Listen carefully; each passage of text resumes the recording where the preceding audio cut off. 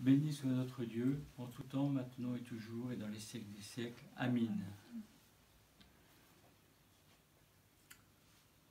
Nous sommes aujourd'hui le dimanche 19 août, c'est-à-dire le 6 août, selon le calendrier julien, fête de la transfiguration dans toutes les églises orthodoxes slaves, en particulier dans l'église orthodoxe ukrainienne.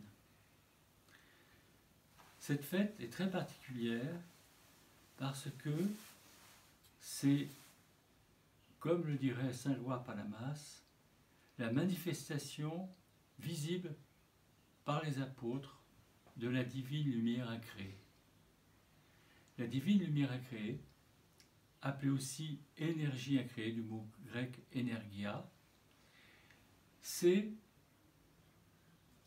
la lumière du Christ qui brillait en lui à tout instant. Ce n'est pas une ampoule qui s'est allumée devant les apôtres et qui s'est ensuite éteinte, c'est tout à fait au contraire. Comme le dit saint Loïs Palamas, par le rayon même de la divinité qui vient sur eux, qui les rend spirituels, devenus spirituels, ils peuvent contempler ce qui est semblable à leur mode de vision spirituelle. Ils peuvent contempler le spirituel. Devenus esprit, ils peuvent voir l'esprit. Devenus lumière, ils peuvent voir la lumière. Dans ta lumière, nous verrons la lumière que nous chantons dans la grande doxologie, et cette théologie-là. La lumière se voit de la lumière se voit dans la lumière. Et c'est l'annonce du temps transfiguré, c'est l'annonce du temps spirituel, de cet espace spirituel que chaque homme peut trouver. Ne pensez pas simplement que les apôtres, dans ce moment miraculeux, où ils contemplent ce que le Christ a toujours été, la lumière, ils sont tout d'un coup transportés dans une autre dimension, mais qui est la dimension du réel pour l'Église. La dimension du réel n'est pas l'obscurité, elle est la lumière. Dans cette dimension du réel, il y a la prière. Il y a la prière qui est un don du Saint-Esprit, la prière ininterrompue. La prière, il y a dans la lumière l'éclairage des ténèbres intérieures. Nous n'avons pas, comme dans l'Église catholique, cette vision d'une théologie morale qui nous fait voir les péchés à travers la culpabilité. En fait, dans l'Église orthodoxe, tout se rapporte à la lumière.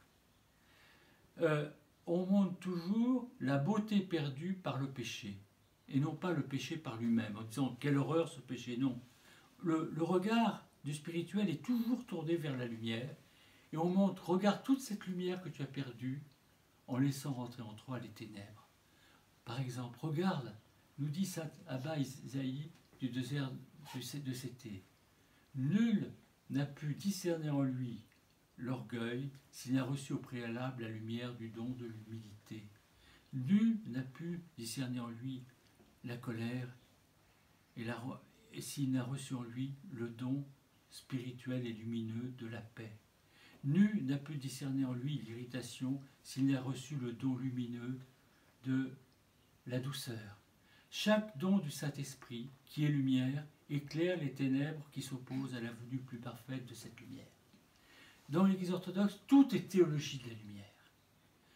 Et il y a une théologie de la lumière qui se rapporte au temps transfiguré. Quand nous célébrons la divine liturgie, comme nous sommes ici rassemblés, eh bien, nous sommes confrontés à ces deux temps. Au temps transfiguré, par l'immersion qui nous est proposée dans la liturgie, et qui nous greffe réellement à la liturgie éternelle célébrée par le Christ, inséparable du Père et de l'Esprit Saint, entouré de la Mère de Dieu, des anges, de toute la hiérarchie angélique, disais-je, et des saints. Et il y a le monde qui essaye de nous empêcher de rentrer dans cette dimension de temps transfiguré, où tout d'un coup, nous sommes sollicités par l'adversaire à nous souvenir de telle note qu'on n'a pas payée, de tel problème avec notre enfant qui a des problèmes à l'école, ou Dieu sait quoi.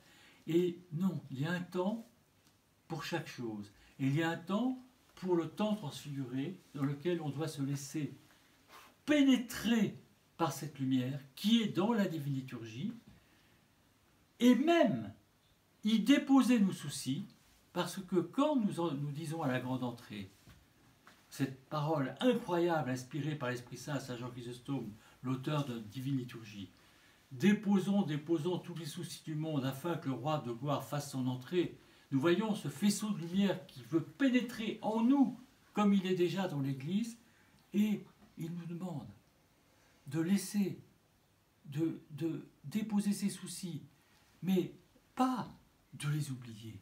Non, non, pas, non. De se dire, Seigneur, tu sais tout.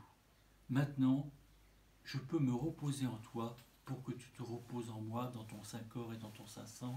Maintenant, je sais que tu vas prendre en main tous mes soucis.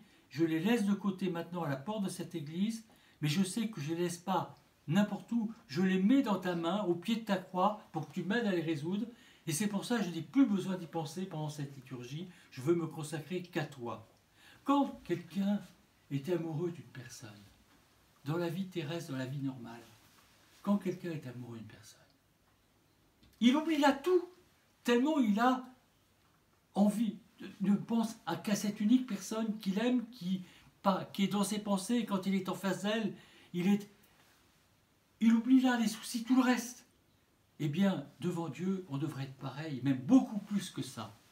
Et dans la Divine Liturgie, nous avons cette occasion unique d'être introduits dans le même mystère que les apôtres ont connu sur le mont Tabor, dans la divine lumière incréée. Glorifions le Père, le Fils et l'Esprit Saint, seul Dieu dans tous les siècles des siècles. Amen.